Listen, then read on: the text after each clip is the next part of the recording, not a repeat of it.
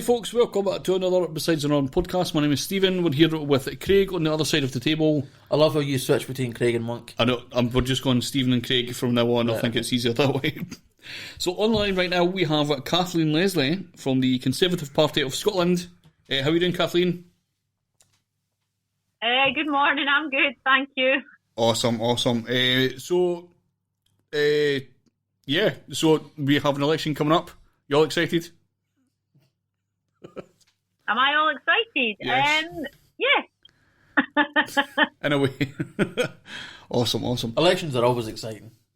They're just very... They are, that's very true. Yeah. Mm-hmm. So yes, basically our first question usually is to talk about your childhood. What was your childhood like growing up? What was my childhood like?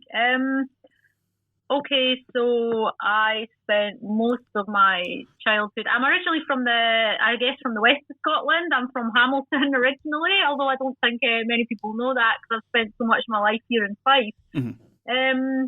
My childhood was in Dalgety Bay in Fife, which is a sort of commuter suburb for Edinburgh. It's grown quite a lot over the years. I still actually stay in Dalgety Bay. I went to local primary school here, which I absolutely loved. I had fantastic experiences at primary school, enjoyed it very much. I was quite keen in high school. And yeah, that's where I lived. And I lived there with my parents and my two younger sisters. Mm-hmm. Dalgety Bay is one of those places that, like, I've travelled through a bunch of times. Again, it's like a tourist route to get to Edinburgh and back, sort of thing. And it's one of the most beautiful looking places that I've ever travelled through. Mm. And I don't know whether it's like any time I've travelled through, like during the summer, it looks a bit like like Summer Bay, like the home and away kind of setting and stuff like that. It looks great during the summer. Yeah, we're right on the coast here, and I think when I was maybe it's kind of wrong to say it as a commuter suburb. Dalgety Bay has actually got a huge amount of history. The home of the Earl of Murray was actually here. In fact, now it's been turned into flats, as most things have been turned into flats and houses in Dalgety Bay. But it is a very old settlement. St Bridget's Kirk, along at the east end of Dalgety Bay, has been here since the time of the Norman Conquest. So there is actually a lot of history. There's an airfield here that was used during the Second World War.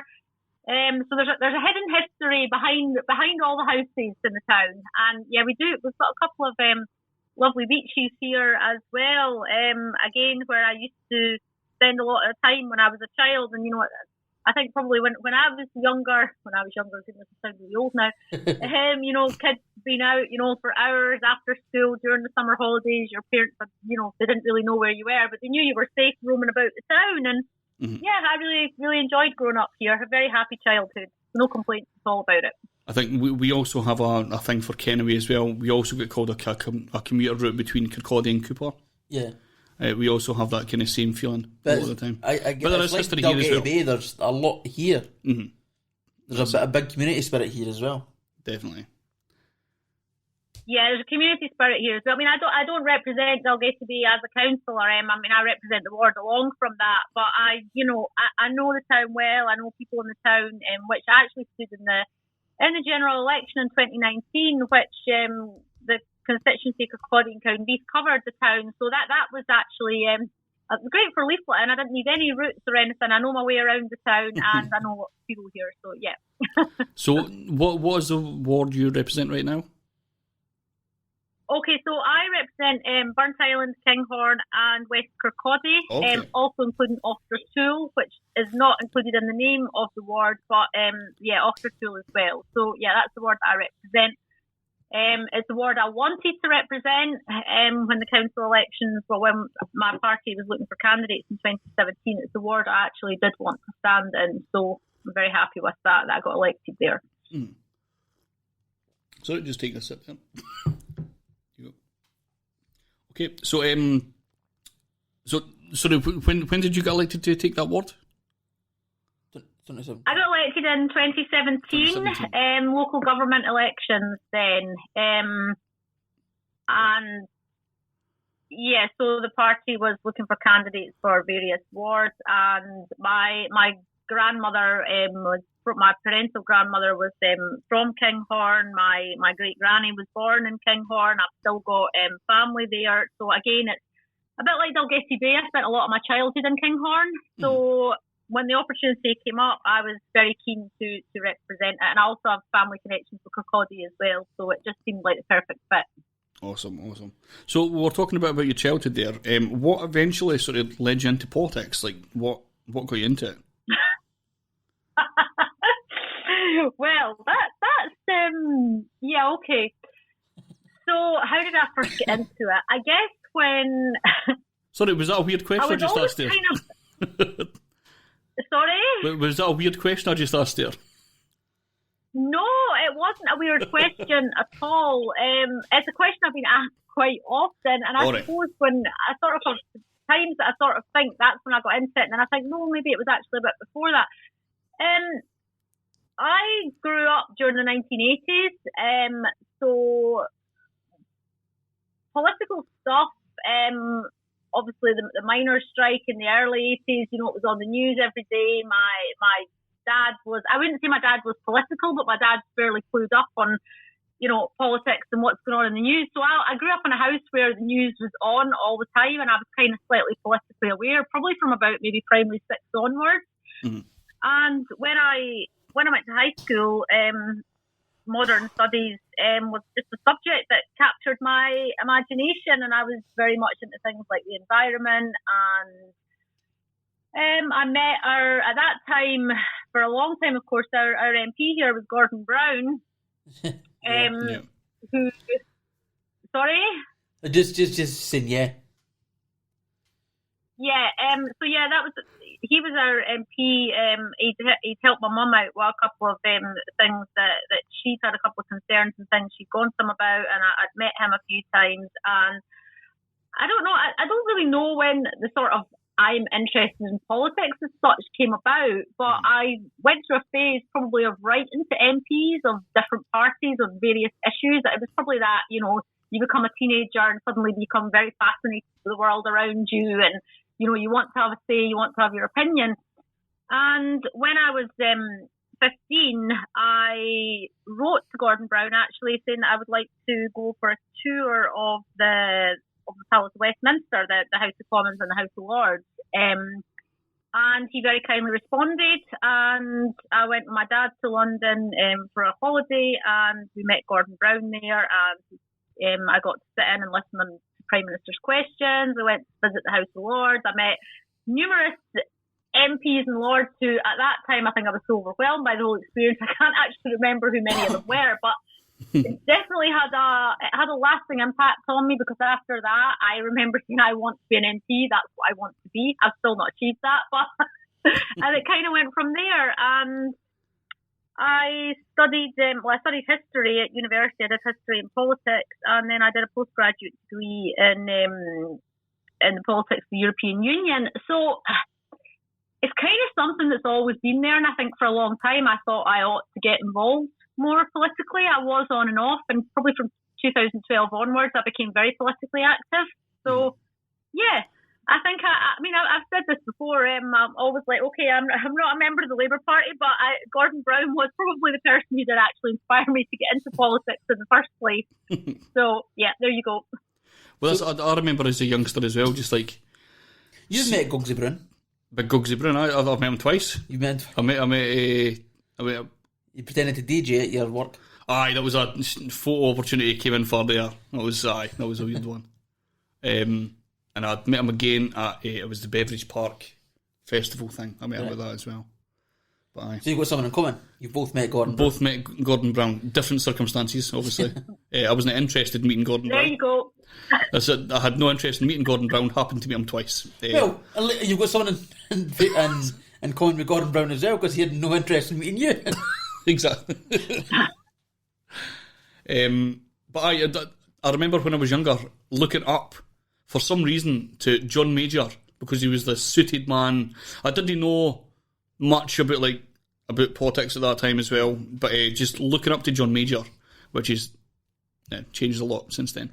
But Yeah, it's pretty interesting that we've like had those views. Like, do you feel like, because you've spoken about this before, Craig? Yeah, about me. Yeah, about having this sort of like they're your celebrities, politicians sort of thing. The politicians are my celebrity. If I met Beyonce tomorrow, I wouldn't care. Like, I couldn't care less. But if I met, I don't know who I like. If I met a politician, Dennis Skinner, I like, but he's not an MP anymore. But if I met Dennis Skinner, just because he's so famous in Westminster for being, let's say, out there. Right. Say that as it is. Yeah. Yes. You can say that. So I'd be interested in meeting him. That would be quite fun. Mm-hmm. But yeah, I couldn't care less about meeting celebrities and things like that. That doesn't interest me. Would you say that's very similar to yourself, Kathleen? I'm not really a big fan of celebrity culture. I think to some extent the sort of celebrity culture came about probably after I was sort of a teenager, I guess. I suppose in terms of, I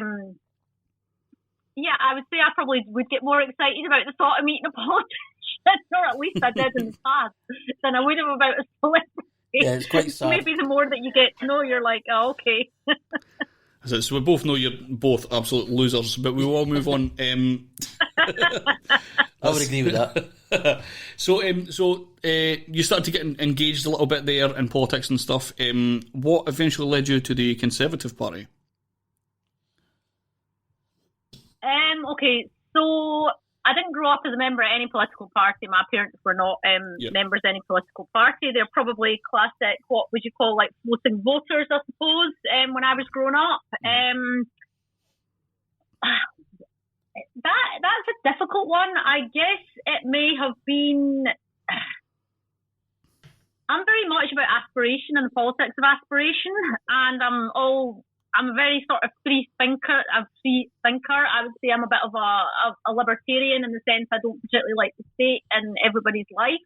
So I guess that kind of brought that aspect of it around. I obviously said I met Gordon Brown. I think he was a fantastic MP actually for this area, but the politics of the Labour Party didn't really appeal to me as such. And I've always consider myself very much British, so I guess that's where the part of the Conservative and Unionist Party comes in. It just always seemed like as the correct fit for me, I suppose. In the aftermath of the referendum, I was very briefly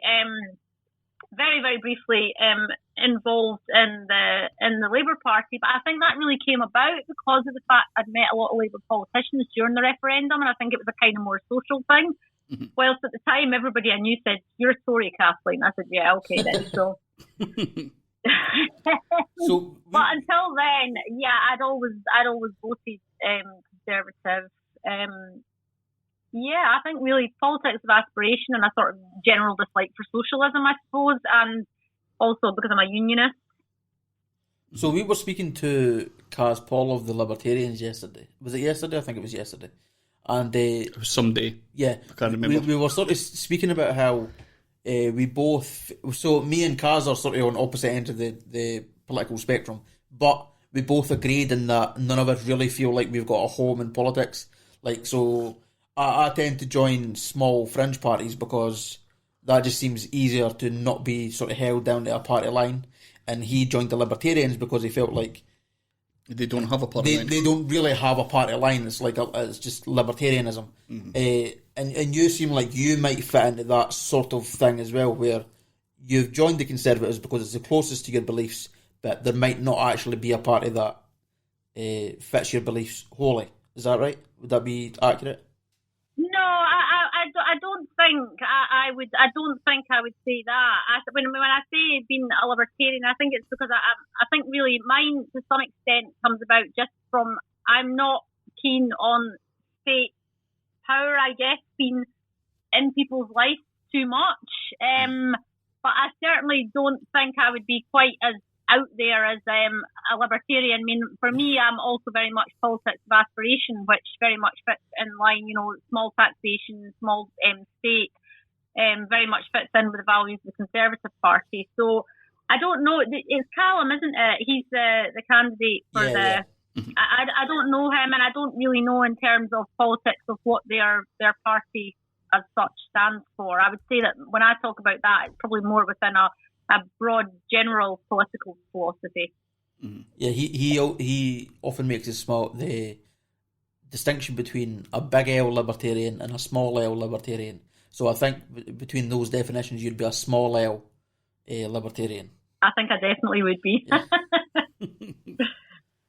Amazing. I'm not in favour of the state being completely out of people's lives. I think there's aspects of it, such as things, obviously, our public services very much, they're absolutely key. I completely support them. But I just mean in terms of, I just sometimes think that, there has to be, I guess, individual responsibility. I probably sound like a Thatcherite now when I say that, which I wouldn't take as that is, and I wouldn't find that offensive if I was told that. Yeah. So, but definitely, if I was saying that, it'd be a small L. Yep. The area where we live is very, it used to be Labour based, now it's pretty much at SNP everywhere.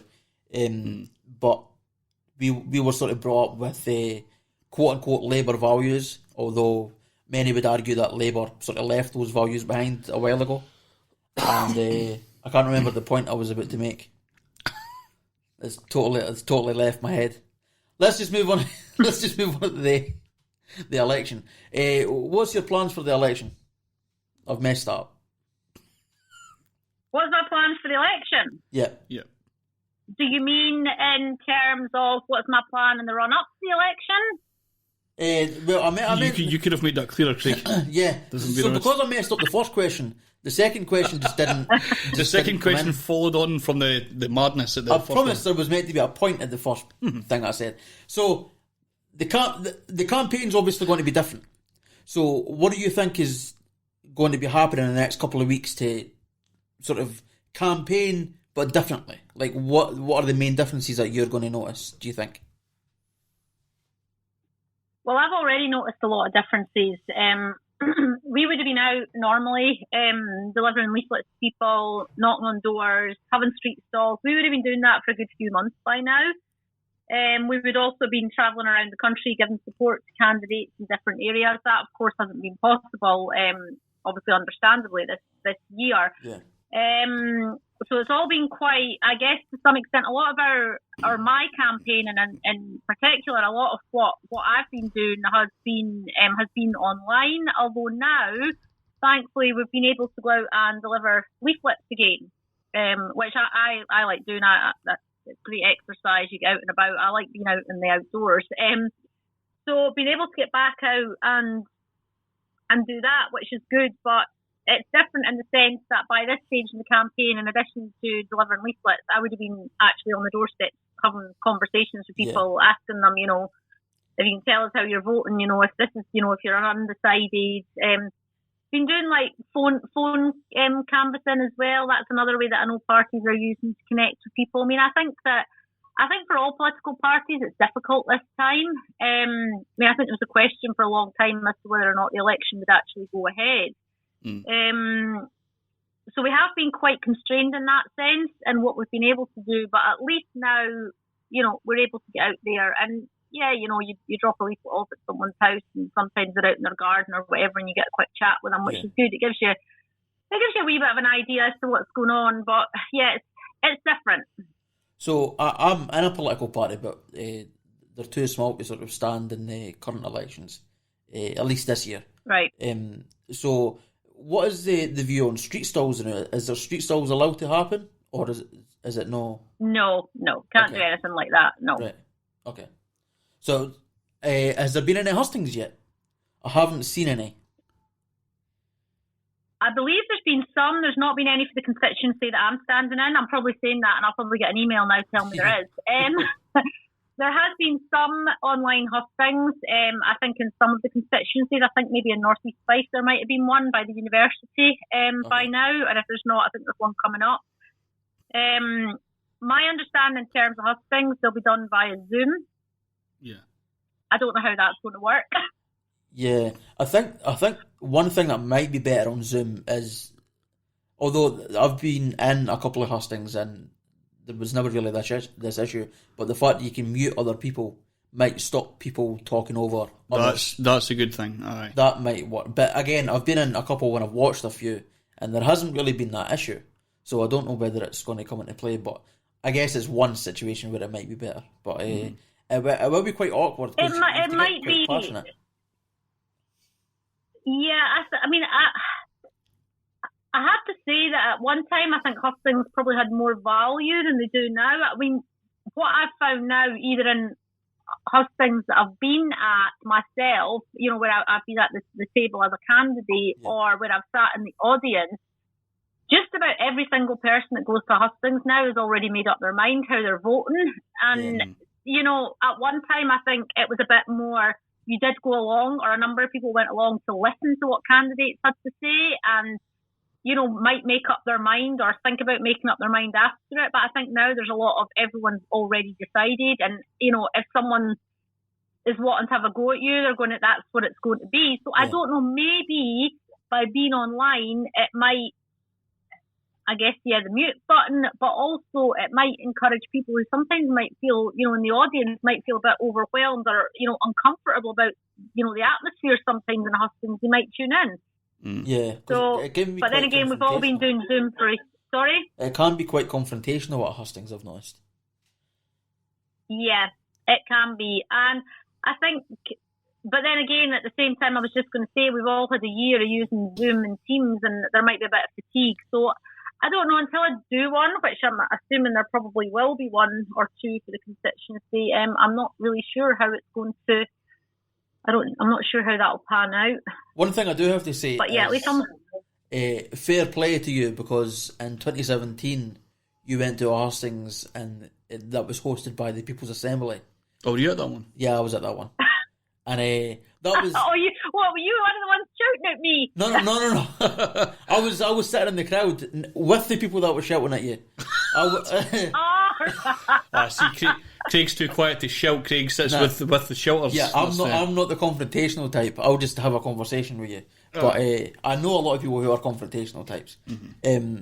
But yeah, we were speaking to Darren Watt. I think it was Darren Watt. We were speaking to him outside, and he was like, "Well, that was that." I can't remember what he said, but it was funny because it was quite obvious that the crowd was biased in a certain way because it was obviously a People's Assembly thing. Mm-hmm. And I noticed that because I done one in Methil as well, and the Tory candidate turned up at that one as well, and he got a shout out from the host because he turned up to a People's Assembly meeting. So I always feel like when a Conservative turns up to a People's Assembly meeting, they should be respected for that, because you're walking into the total opposition of... Well, just before you answer that, Kathleen, I would suggest that you should be respected anyway when you turn up to these things. Yes, but especially this. I suppose but this is very much... one of the leaflets from the People's Assembly is to get the Tories out. So that was sitting on the table when the Tory guy came in. So how was that, Kathleen, going into pretty much the lion's cage at times? Right. Yes, I remember that hustings very well. That was probably the first. I'd been at hustings as an audience member quite a few times before that. That was the first time I was sitting at that table, and actually, I have to say, I really didn't know what I was going into that evening. I had been asked to go along to it. Somebody who I won't name, but a colleague of mine said, "Oh, go along, it'll be fun, just go and see, it's a way to speak to people." The minute I walked in the door, I was like, "Oh goodness, this is not going to be fun." I have to say, I had prepped for those hustings. I had all my things in my head as regards if I was elected as a councillor, what I would want to do in the local area, which was my understanding that I would be talking about, and of course it was absolutely nothing like that. Yep. Yes, I was rather shell-shocked after it. I'm wondering if that guy that suggested you to go, if he was sitting laughing just as he knew what it was. He knew. Mm-hmm. Was it Dave Dempsey by any chance that told you to go and do that? Bet it was Dave. The way she's laughing, it was Dave. It was Dave. It was Dave, yeah, okay, yeah. It was Dave. We've had Dave on before, we know what he's like. Yeah, you know what he is. Yeah, now now I've got used to when Dave says, "Oh, it'll be fun, you'll enjoy it." I think, no, I know whatever it is, I'm not going to enjoy it. It's going to be the opposite. So yeah, but I have to say, I think going along and doing those tough things, it was probably, although it was such a shock to me, I actually think it was probably better starting out doing things like that, because after that, I kind of think, well, you know what, those ones were pretty wild. I spoke to a couple of people I think got in contact with me afterwards, and then I know that during the general election in 2019, when I was out campaigning up in Loch Oer, it was kind of like, well, you know what, respect, you've actually turned up here. Yeah. So, yeah. Again, you know what, the thing is, I know that there is a perception that there's what they would say was no-go areas for Tories, but I have to say, I always find somebody wherever I go. Mm-hmm. Yeah, I mean, there always is in the most unlikely places. I think in areas like this, it's perceived as being like scary for Tories, but I don't think it's. I mean, there's obviously going to be a lot of anti-Tory stuff said, but there's never really going to be a situation where there's not a single Tory. Mm-hmm. Like I think it's pretty okay most places. Mm-hmm. Wait a minute, sorry, where are you saying you're based? Kennoway? We're in Kennoway, yeah. aye. Yeah, well, you've got a Conservative council in Kennoway. Yeah, exactly. So I don't think it's that big of an issue everywhere. I think there's always going to be Conservatives in most places. Mm-hmm. That's it. And to say some of those events, if those they're like muscle builders sort of thing. Some of the things you end up coming out looking like Popeye. So great wee things. So yeah. So I guess we should move on to policies then. So I've not seen the leaflet from the Conservatives. We've not had one yet, but I've heard complaints that there isn't too many policies on the leaflet. Could you sort of talk us through what you think would be on it? Well, in terms of leaflets, so during the election, you'll get literature that comes directly through it'll come by the Royal Mail, literature sent by the party. All political parties do that. What candidates are doing, including myself, is that my campaign and my own leaflet, which I've been delivering around the constituency, actually has what my key pledges are for the Kirkcaldy constituency if I was elected. So in terms of policies, I mean, I've got, I guess what you would say, what my pledges would be, which do actually fit into the wider Scottish Conservative Party policies for the upcoming Parliament.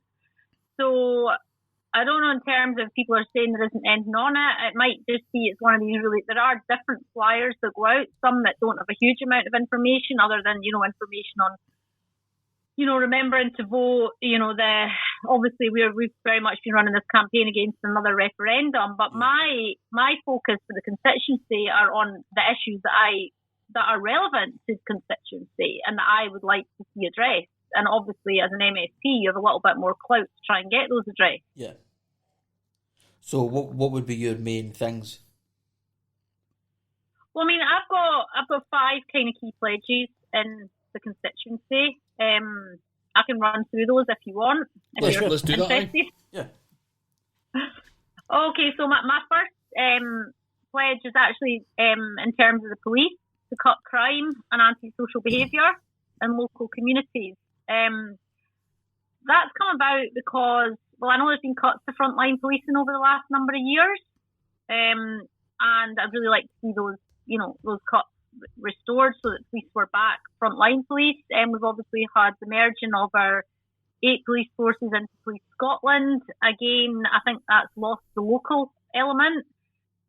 And I know that in my work as a councillor, there are parts of my ward, as there are parts of the constituency, where there has been a significant rise in antisocial behaviour, and quite often this is no criticism of the police at all, but there just is not the manpower, there's not the resource to be able to always follow, to be able to follow up antisocial behaviour quickly. So I would be looking for better resourcing into the police in Fife, and obviously in the Kirkcaldy constituency, where like I said, I do get a number of, in fact, it's probably every week, I have people come to me about antisocial behaviour. My next pledge within the constituency, which is a wider Scottish Conservative Party pledge, is to train and recruit more teachers.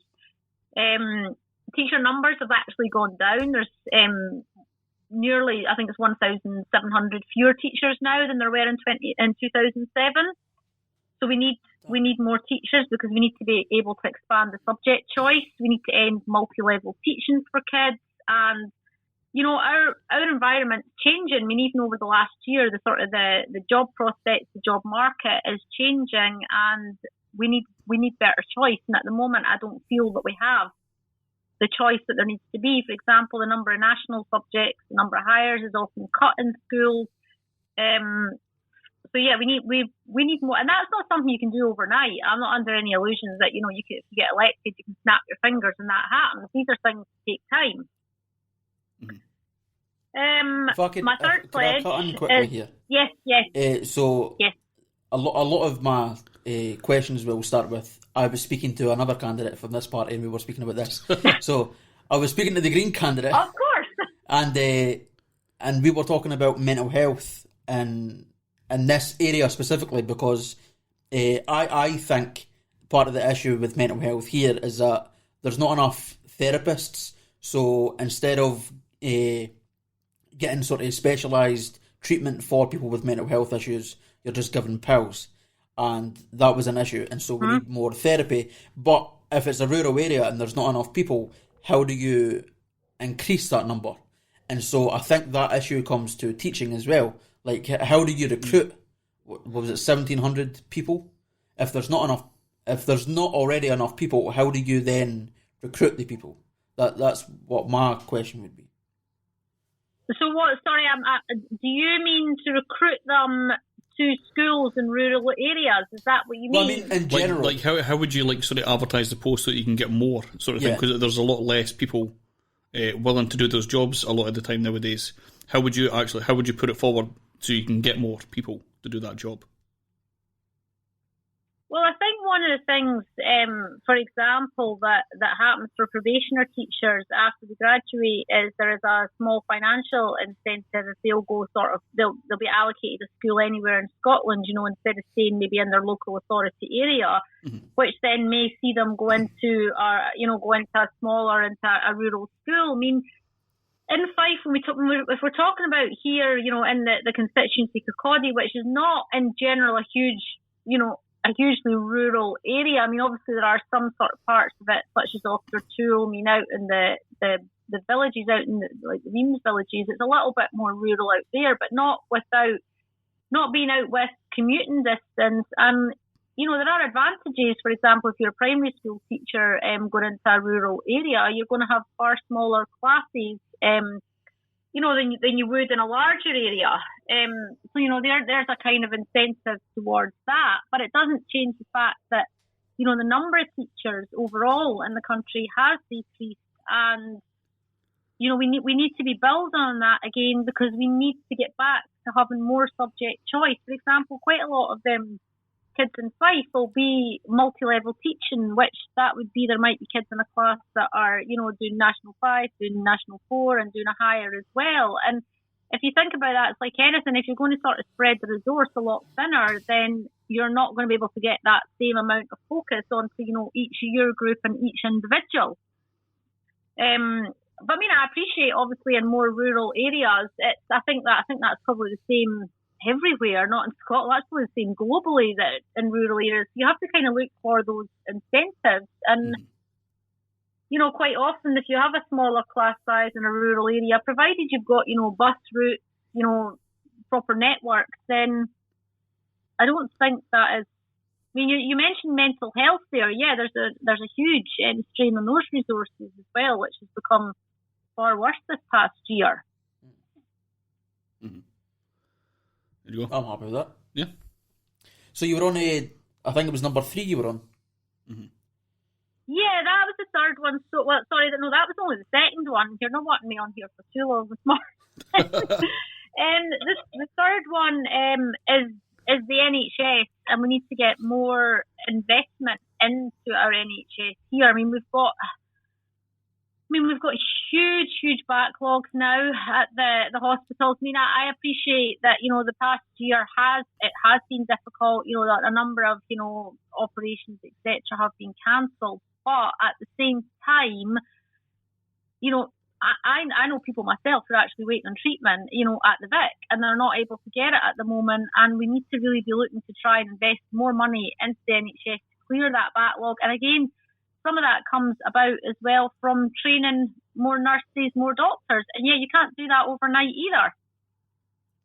So I would be looking for more. I mean, that's actually a pledge to be getting more. That's a sort of party pledge to be getting more investment into the NHS, more staff in there. Because again, the number of the nursing staff have been cut in Scotland over the last number of years. So that would be my third pledge.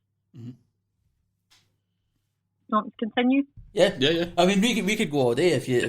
Maybe. What we're actually, yeah, you could, but you'll get fed up. Listen to me.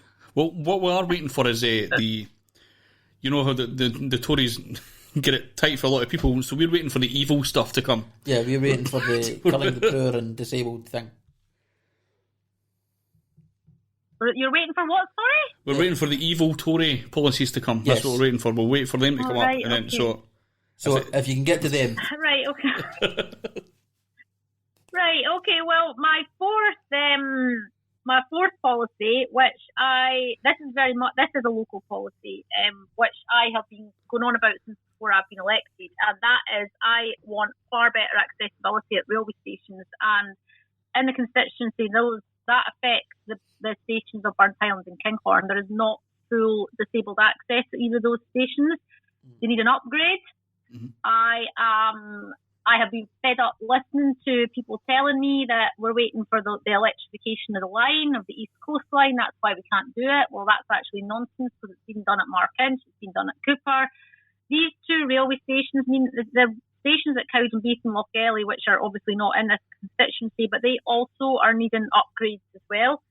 I've had constituents as a councillor coming to me and telling me, okay, then you can get on the train in Burntisland, and if you are in a wheelchair or if you have another disability, even actually if you have a buggy with you, you can get on that train in Burntisland and you can go into Edinburgh. But if you come back from Edinburgh on that train, I don't know how you're getting off that platform because there's no access. Mm-hmm. So right. I've actually had a number of meetings in the last few years with Transport Scotland. I was in touch with the Department for Transport in London about this. And it's something I'm going to keep pushing for, because in this day and age, to have a railway station that's not accessible to all just is actually unacceptable. Yeah, see, I don't use trains very often, so I didn't even know that was Sorry? I don't use trains very often, so I didn't even know that was an issue. Especially in the last year. Yeah. I would have just assumed that they were all updated. No. It's, you know what, it's one of these things, it's not an issue. You won't even think about it if you're able to walk up and down the steps at a railway station. Yeah. But if you're not able to walk up and down the steps, and like I said, that may be because, it might be because you're in a wheelchair. It might be, for example, I actually have a colleague who is blind. It might be that you're visually impaired. It might be that you're a mum with a twin buggy. And if that's the case, you're not going to be able to get off that platform in Burntisland. The thing that I find quite ironic is that the southbound platform did get an upgrade some years ago, and I can't really understand why you would upgrade one platform and not the other. That's just strange. You just end up with like two different colours of paint at each side. It's really annoying. An asymmetry. Yeah, I mean, what people have told me in Burntisland, for example, is if they come back from Edinburgh, I'm talking about this, I have to say, before the past year when obviously everything has changed. But where people would be coming back, say, from if you were out for dinner or a night out or whatever in Edinburgh, and if for some reason you're not able to walk up the steps at a railway station, you have to actually stay on that train from Burntisland and go along to Kirkcaldy. You can go to Kinghorn because you can get off on that platform there, but go along to Kirkcaldy and, a taxi can get put on, but obviously that doesn't always turn up in time. So there's not access for all on our railways, and it isn't good enough. There's been upgrades being done. There was a bunch of upgrades were carried out in Scotland in what they call like a control period for railways, which were done over the last, well, in fact, they'll be getting carried out at the moment, but unfortunately the Burntown or Kinghorn featured on those. And, you know, we want people to be using public transport more. We don't want people, you know, driving into Edinburgh, which is, you know, completely understandable. We should be getting people into public transport where possible. But if you're not making it accessible, how can you expect people to do that? Definitely. Totally agree with that. I feel quite passionate about this issue because it really does.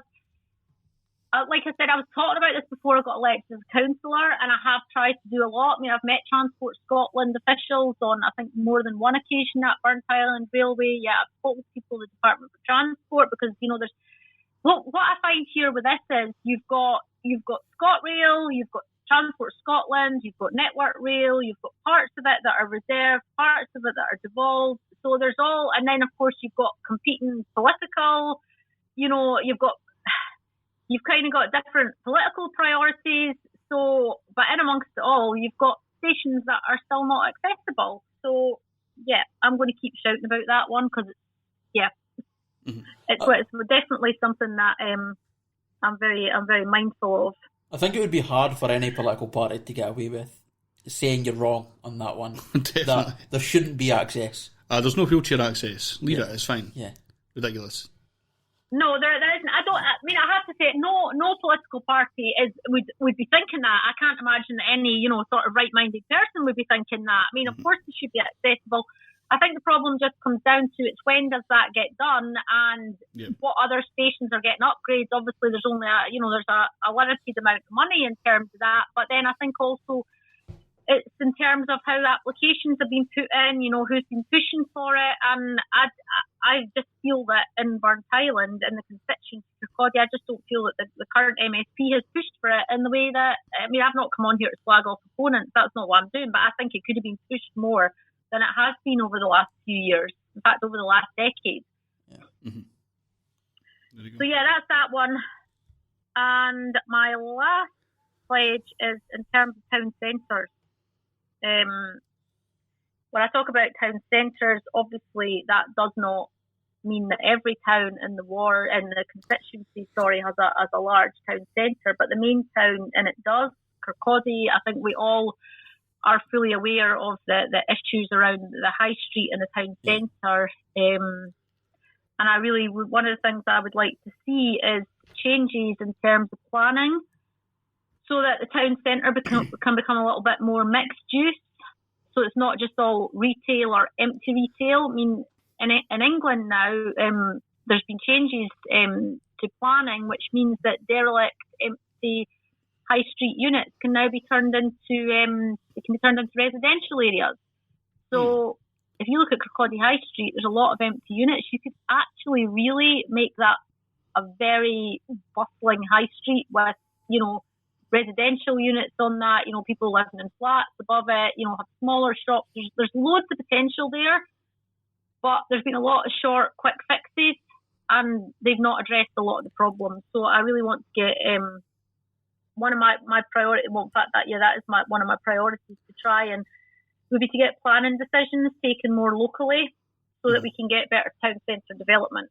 Kirkcaldy's prospered, but the town centre, the high street, hasn't.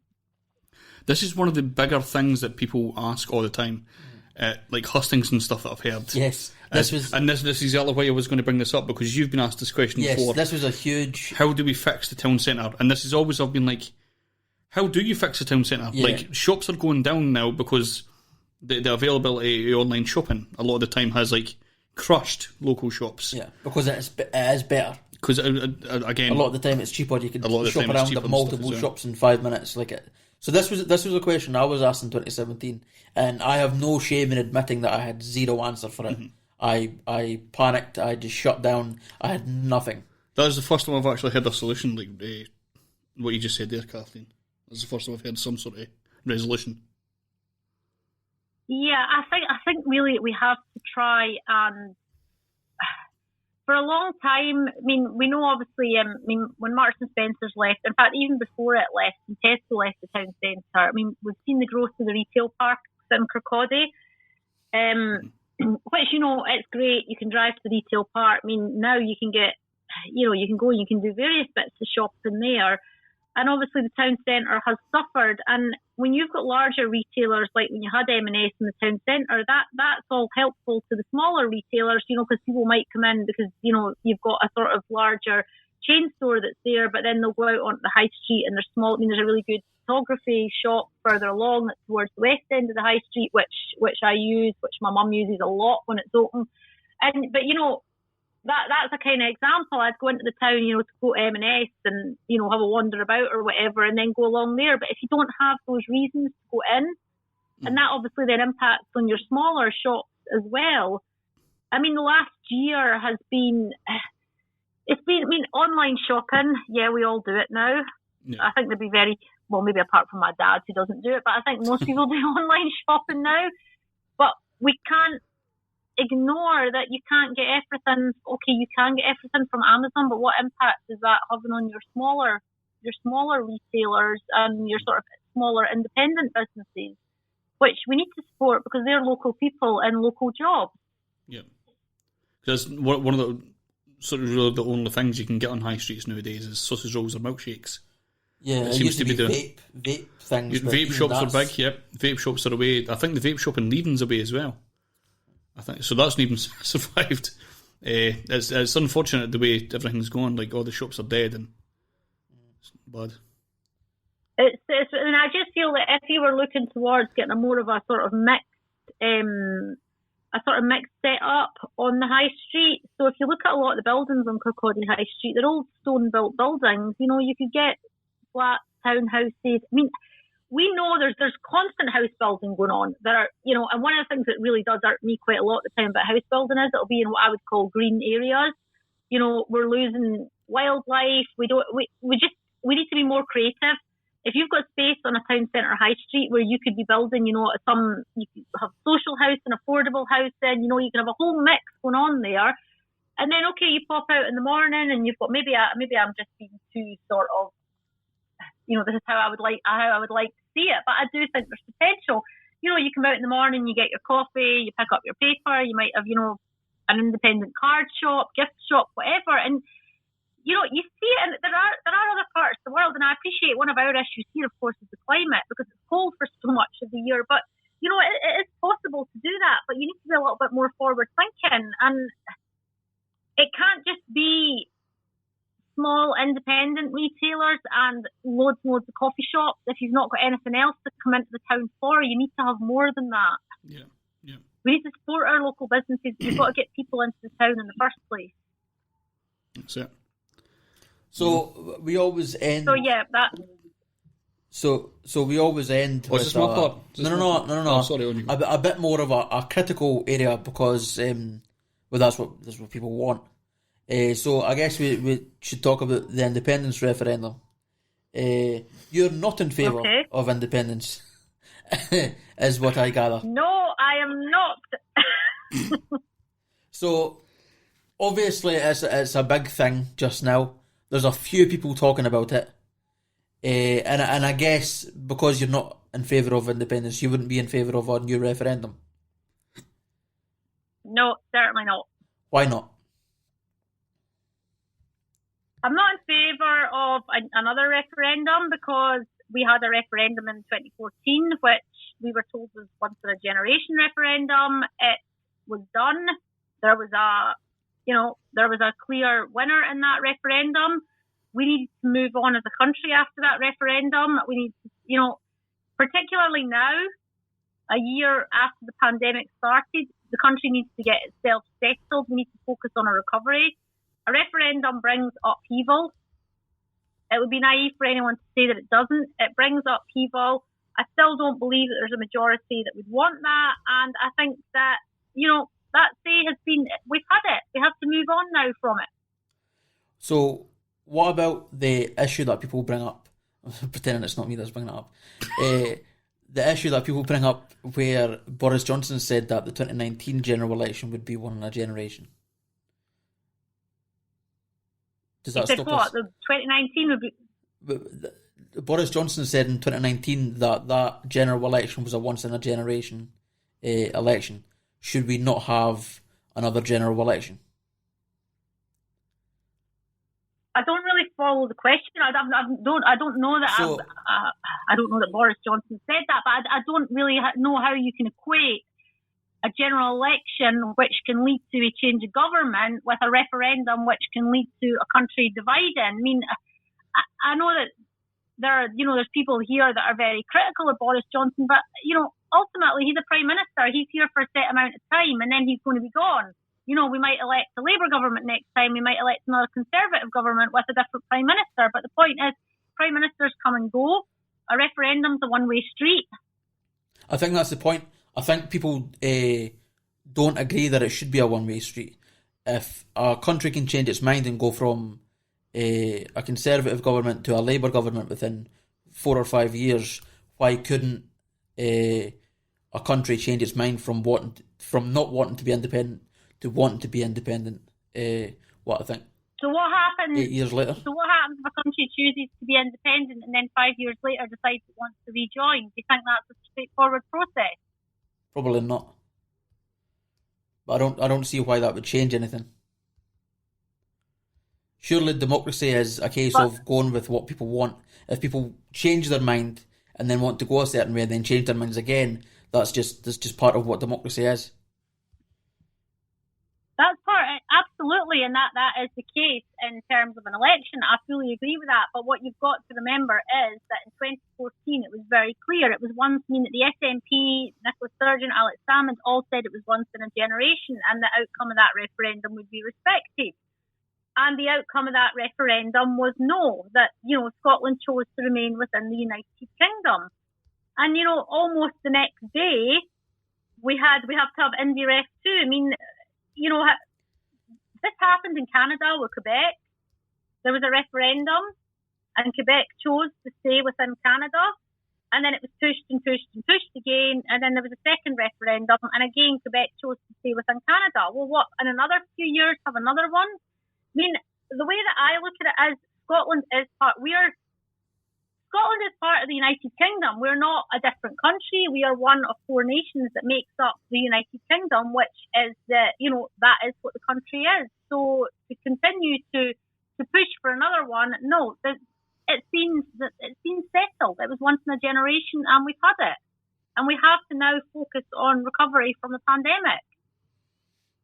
We have to focus on the issues that, in my mind, have been ignored for far too many years now in Scotland. There you go. Not least to further upheaval. The other thing as well, in terms of that, I don't see any huge shifts. We keep saying that this is what people want, but opinion polls, and I have to say I don't go all the time by what opinion polls say, but we've had opinion polls that over the last couple of years keep tracking. We've got a little bit more support for independence, then we've got a little bit more support for staying in the union, but it's still sitting around the same amount. And given that's you're speaking to a small section of people when you're doing these, so there is certainly no. We have to leave now. There's not a huge upsurge at this point. I don't see it. I don't think the results from elections have indicated that it has been. There's been shifts. But if you look at, for example, in the election, God, we've had that many elections. In the election in 2017, which was 3 years after that referendum, the Conservatives got 13 seats in Scotland. In the same year, we had council elections where we elected a record number of councillors. Yeah, there was a dip in 2019, but these dips and things, it happens. That's part of the democratic process. But there's not been a dramatic change in the sense that suddenly, it looks like 80% of the country is demanding a referendum. They're not. There you go. That's it. You got any more last questions, Craig, before we go? No, I'm good. Excellent, right. Okay, so we're on to the last section of the show. Okay. Probably me personally more than anybody else, I hate the idea of hustings and stuff like that where people are asked to sum up what could be like a really tough policy to fix in about 3 minutes a lot of the time. They do this on radio stations as well. You can get asked sort of really tough questions and you're asked to do it within 2 or 3 minutes sort of thing. But I do find them fun. So I hate the idea of like the politicians being asked to do them, but I do like to do this section at the end. So I'm going to give you 2 minutes, Kathleen. Right. All right. Okay, I'm going to just put you on the spot for 2 minutes, just for fun. This is not serious. So It's quite serious. It is an election. It is an election, but yeah, fine. So I'm going to give you 2 minutes, Kathleen. I'm going to count you down with a 3, 2, 1, and we'll get started. Is that all right? So sorry. So what are you going to do? You're going to ask me a question, I'm going to ask if you could tell people why they should vote for you, and I'm going to give you 2 minutes. Okay. 3, 2, 1, go. Okay, you should vote for me because, first of all, we need to end division in Scotland. We need to move on from a referendum, and we need to rebuild Scotland. And the way that I believe that we can rebuild Scotland is with a set of fresh new policies which are focused on recovering from the pandemic. For example, we should be looking at policies to get, as I've stated earlier, to get more teachers, because if you get more teachers, you get more people in your schools, then that feeds into everything else. That feeds into being able to train more doctors, more nurses, more police, to be able to invest in other things as well. If you get education right, you'll get everything else right. At the moment, we have got reports that have come out, international reports, which the Scottish Government, the SNP government, will not release. So we don't know what's going on in education. We have got, for example, we've had cuts to our police, which we would like to reverse. Scottish Conservatives are committed to pledging more funding to the police, more funding to education as well. So again, so we can move on from that.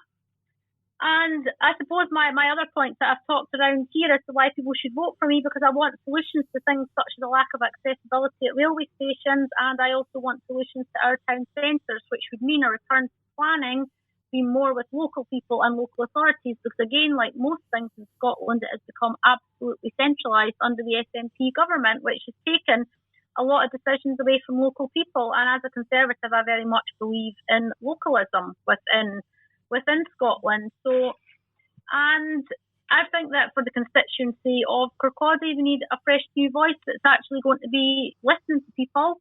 For example, when I talked about crime and antisocial behaviour, I know there's that concerns people in a lot of parts of the constituency. And, you know, we need to be getting solutions. We need to get more police out there. We need to get local police on the ground again as well. So I guess that's kind of, and also, of course, the vote. So I think that's it. That was perfect. That was 2 minutes on the dot right there. Awesome. Awesome. Right, he only does that because he likes doing that wham thing. Stupid thing. But I think I find it really annoying when they do it in hustings and stuff, because you're asked like, oh, how do you fix a high street? 2 minutes. Yeah. But you have to give this huge policy and yeah, and that's why I do it, just to show how kind of absurd the whole thing is, really. Yeah, you can't get quick fix solutions. I mean, I've always said that you know, if elected, I'm not going to give you a solution to something overnight, because you've got to work with different groups, different people. You've got to realise that things do take time. But that's one of the reasons why I feel that we do need that change, because we need to actually start focusing on these issues, and I don't feel that we are at the moment. Definitely. There you go. Well, thanks for joining us. It's been much appreciated. Thank you.